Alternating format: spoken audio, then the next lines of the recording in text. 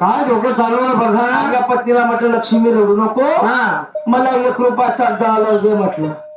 म्हणजे असं तुझ्या पत्नीला सांगितलं. हा म्हणजे हे बिनाचा डाला घेऊन बाबाच्या शोधा करता एखादी तज्ञी प्रमाणाकडे जात होता बामण बुमन आणि एखादी तज्ञी ज्योतिषाकडे जात होता ज्योतिषेने भविष्यने आणि मग एखादी तज्ञी भक्ताकडे जात होता बतकानी बुतकानी. आणि मग $1 डाला घेऊन तू गेला तर कुठे $1 ठोकळा घेतला. हा पळत पळत पळत किराणा दुकानावरती गेलो.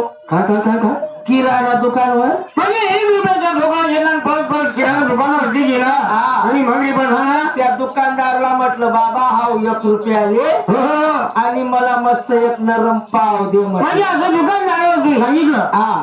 मग तो पाव घेऊन पळत पळत घराकडे आलो महाराज.